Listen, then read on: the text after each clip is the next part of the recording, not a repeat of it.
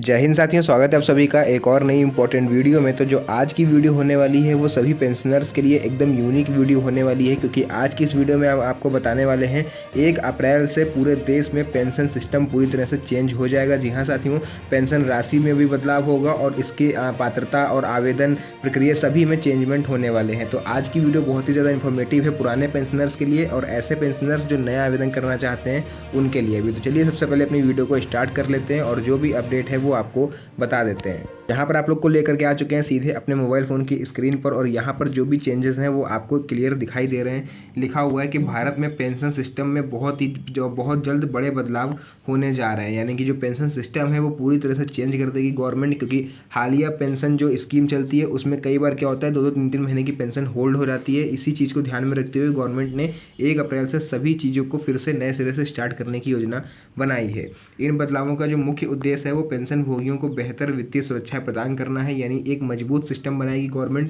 ताकि किसी भी पेंशनर की पेंशन अब ना रुक पाए। यूनिफाइड पेंशन स्कीम यूपीएस और अन्य पेंशन योजनाओं में भी महत्वपूर्ण संशोधन किए गए हैं जो विभिन्न श्रेणियों के लोगों को लाभान्वित करेगी। यूपीएस हो गया आपका और जो ईपीएस होता है ये सब आपका होता है केंद्रीय कर्मचारी जो होते हैं उनके लिए। लेकिन यहाँ पर अगर आप बुजुर्ग हो, आप विधवा हो या फिर विकलांग हो, तब भी इस चीज़ को ध्यान से देखना, क्योंकि आप सभी की पेंशन में भी यहाँ पर बदलाव किए जाएंगे। इन बदलावों से न केवल पेंशन भोगियों को आर्थिक सुरक्षा मिलेगी बल्कि पारदर्शिता और सुविधाएं भी बढ़ेंगी।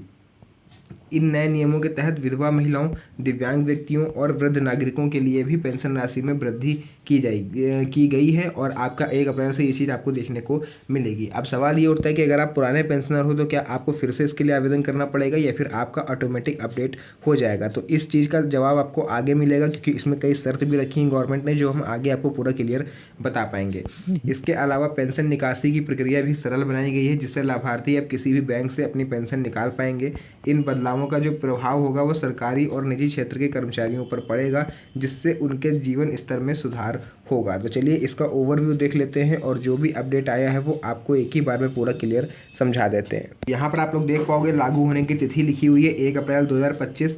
लाभार्थी कौन होगा? वृद्ध, विधवा महिलाएं और दिव्यांग व्यक्ति। मासिक पेंशन राशि अब जो आपकी 3,000 रुपये मिनिमम होगी और 10,000 मैक्सिमम होगी। हालांकि इसमें भी कई शर्त हैं जो अभी आगे हम आपको बताएंगे। पात्रता आयु: वृद्ध नागरिक 60 वर्ष या उससे अधिक, विधवा 18 वर्ष या उससे अधिक, दिव्यांग 18 वर्ष या उससे अधिक। वार्षिक आय सीमा जो होनी चाहिए, यानी अगर आपकी कोई इनकम सोर्स है तो वो आपका 1 लाख रुपए से ज़्यादा का नहीं होना चाहिए पर ईयर। ये आपके ऊपर डिपेंड करेगा। एंड यहाँ पर जो आवेदन प्रक्रिया है वो ऑनलाइन और ऑफलाइन दोनों ही माध्यम में रहेगी। वित्तीय स्रोत क्या होगा? केंद्र और राज्य सरकारें संयुक्त रूप से आपका पेंशन राशि में अपना योगदान करेंगी। तो चलिए अब आते हैं मेन पॉइंट पर। आखिर कौन से ऐसे रूल्स हैं जो आपको जानना जरूरी है, उनको एक बार आप लोग समझ लीजिए। तो यहाँ पर सबसे पहले आप लोग देख पाओगे पेंशन योजनाओं में जो बड़े बदलाव हुए हैं उसके बारे में। पेंशन योजनाओं में होने वाले बदलावों का जो मुख्य उद्देश्य है पेंशन भोगियों को बेहतर सुविधाएं और वित्तीय सुरक्षा प्रदान करना है। इन बदलावों के तहत विधवा महिलाओं को मासिक पेंशन राशि जो है वो 3,000 रुपये मिलती है, उसको बढ़ा करके अब 6,000 रुपये करेगा। अब आप लोग बोलोगे कि हमें तो 1,000 रुपये मिलती है, कहाँ पर 3,000 रुपये मिलती है? तो कई स्टेट ऐसे हैं जहाँ पर स्पेशल आवेदन करना पड़ता है विधवा महिलाओं को, वहाँ पर 3,000 रुपये उन लोग को मिलता है, जिसको बढ़ा करके जस्ट डबल किया जाएगा, 6,000 रुपये करा जाएगा। अगर आपको राज्यों की सूची चाहिए तो उसके लिए आपको 1 से 2 दिन का वेट करना पड़ेगा। गवर्नमेंट यानी 1 अप्रैल से जैसे इसका ऑफिशियल नोटिफिकेशन आ जाएगा मैं आप लोग को इसका पूरा डिटेल PDF अपने वीडियोज़ में प्रोवाइड करा दूंगा। तो आप लोग अगर नए हो तो चैनल को सब्सक्राइब जरूर कर लेना, क्योंकि 1 अप्रैल से जैसे ही इस चीज़ को लागू किया जाएगा सभी राज्यों की सूची आना स्टार्ट हो जाएंगी, मैं वैसे ही आपको तुरंत से बता दूंगा। तो चैनल को सब्सक्राइब जरूर कर लेना अगर आप जानना चाहते हो कि आपके राज्य में इस योजना को स्टार्ट किया जाएगा या फिर नहीं। चलिए, जबकि गंभीर रूप से दिव्यांग व्यक्तियों के लिए यह राशि जो है वो 10,000 रुपये प्रति माह होगी। यानी अगर आप गंभीर रूप से दिव्यांग हो, लगभग 70 से 80% तक अगर आप दिव्यांग हो तो आपको 10,000 रुपये प्रति माह मिलेगी, जो कि एक प्राइवेट जॉब की सैलरी के बराबर रहेगी। इसके अलावा वृद्धावस्था पेंशन में भी वृद्धि की गई है, जिससे बुजुर्गों को राहत मिलेगी। तो चलिए पेंशन निकासी में कौन कौन से सुधार हुए हैं वो आपको एक बार बताएंगे, फिर आपको ये भी बताएंगे कि आप लोग के लिए इसमें पात्रता कौन सी चेंज करी गई है, या फिर अगर आप ओल्ड पेंशनर्स हो तो आपको क्या फिर नए सिरे से आवेदन करना पड़ेगा या फिर आपका उसी में ऑटोमेटिक अपडेट हो जाएगा। उसके बाद आप लोग यहाँ देख पाओगे लिखा हुआ है पेंशन निकासी में सुधार। पेंशन निकासी की प्रक्रिया भी सरल बना दी गई है। अब पेंशन भोगी देश के किसी भी बैंक या शाखा से अपनी पेंशन निकाल सकेंगे। पूरे देश में आप किसी भी कोने में बैठे हो, आप अपनी पेंशन राशि किसी भी बैंक से आप विड्रॉ कर सकते हो। ये योजना 1 अप्रैल से लागू हो जाएगी। पेंशन पेमेंट ऑर्डर यानी कि पीपीओ जो होता है उसको ट्रांसफ़र करने की अब आपको आवश्यकता नहीं है, यानी बिना पीपीओ के भी आपकी पेंशन राशि ट्रांसफ़र हो पाएगी और पेंशन आपकी तुरंत क्रेडिट हो जाएगी बिना किसी अतिरिक्त वेरिफिकेशन के। आपको ना कोई वेरिफिकेशन करवाना है, ना पीपीओ के लिए आप लोग को दौड़ लगानी है। सिंपली आपका काम अब 1 अप्रैल से आसानी से हो जाएगा। उसके बाद चलिए आगे बढ़ते हैं और यहाँ पर नज़र डाल लेते हैं पेंशन योजनाओं के मुख्य पहलू। पेंशन योजनाओं में होने वाले बदलावों के मुख्य पहलू निम्नलिखित हैं। सबसे पहला यूनिफाइड पेंशन स्कीम, जिसको हम लोग यूपीएस के नाम से जानते हैं। यह योजना केंद्र सरकार के कर्मचारी है जो कि 1 अप्रैल 2025 से लागू हो जाएगी। इस योजना के तहत कर्मचारियों को न्यूनतम 10,000 रुपये प्रति माह की गारंटीड पेंशन मिलेगी, यानी उनको 10,000 रुपये गारंटी के तौर पर हर महीने मिलेंगे, बशर्ते वे अपने बेसिक पे और डियरेंस अलाउंस का जो 10% होता है उसका वो योगदान अगर करेंगे, तभी उनको 10,000 रुपये पेंशन मिलेगी। ये आता है आपका सेकेंड वाला एम्प्लॉयज़ पेंशन स्कीम। इसको EPS 95 बोलते हैं, क्योंकि 1995 में इस स्कीम को स्टार्ट किया गया था, इसलिए इसको EPS 95 बोला जाता है। EPS में होता है एम्प्लॉयज़ पेंशन स्कीम। इस योजना में भी महत्वपूर्ण संशोधन किए गए हैं जो निजी क्षेत्र के कर्मचारियों को लाभान्वित करेंगे। यहाँ पर 2 तरह की पेंशन होती है। यूपीएस आपके सरकारी जो कर्मचारी होते हैं उनके लिए, और ईपीएस होती है ये आपकी प्राइवेट कर्मचारी होते हैं, उनकी पेंशन राशि को गारंटेड करती है 60 साल की एज के बाद। तो ये 2 पहलू होते हैं आप लोग के पेंशन स्कीम के।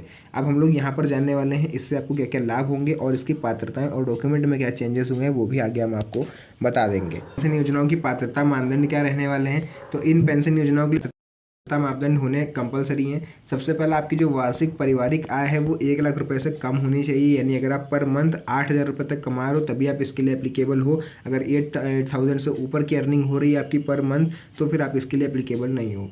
दिव्यांगता की न्यूनतम सीमा अब 40% कर दी गई है, पहले यह 60% थी, यानी अगर आप मिनिमम 40% तक दिव्यांग हो तब भी आप पेंशन राशि का लाभ उठा पाओगे।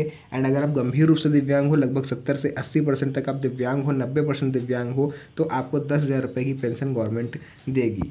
आवेदन प्रक्रिया की बात करते हैं तो ऑनलाइन और ऑफलाइन दोनों ही तरीके से आप इसके लिए आवेदन कर सकते हो, लेकिन फिलहाल के लिए आपको हम बता दें कि ऑफलाइन तरीका ही एप्लीकेबल है।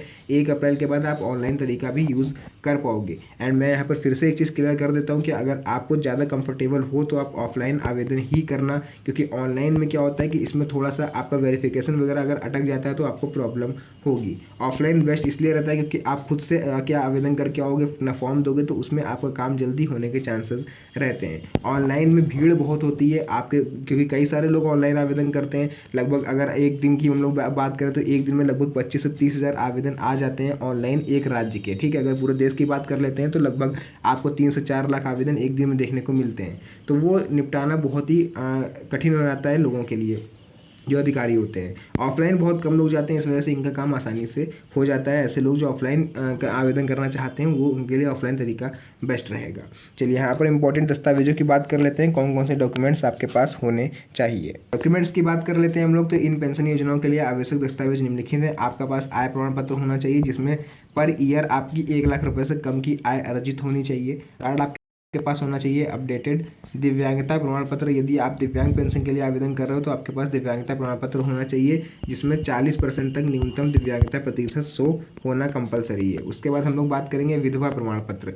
यदि आपके विधवा पेंशन के लिए आप आवेदन कर रहे हो तो आपको अपने हस्बैंड का जो डेथ सर्टिफिकेट है यानी मृत्यु प्रमाण पत्र है उसको आपको लगाना कंपलसरी हो गया है, उसके बिना आप आवेदन भी नहीं कर पाओगे। एंड यहाँ पर जो एक और चीज़ यहाँ पर नोट नहीं करी गई है वो है पासपोर्ट साइज फ़ोटो। आपको अपनी पासपोर्ट साइज फ़ोटो यहाँ पर अपडेट करनी है, अपने फॉर्म में आपको चिपकानी है। अगर आप ऑफलाइन आवेदन कर रहे हो, ऑनलाइन आवेदन कर रहे हो तो उसमें आपको अपलोड करनी है। यानी 3 महीने से ज़्यादा पुरानी फ़ोटो अगर आप यूज़ करते हो तो फेस डिटेक्शन पेंशन में भी होता है, उसमें आपको प्रॉब्लम होगी जिस वजह से आपका आवेदन फॉर्म कैंसिल कर दिया जाएगा। तो आपको 3 अपडेटेड फ़ोटो खिंचवा के रख लेनी है अपनी, तुरंत 3 महीने के अंदर की।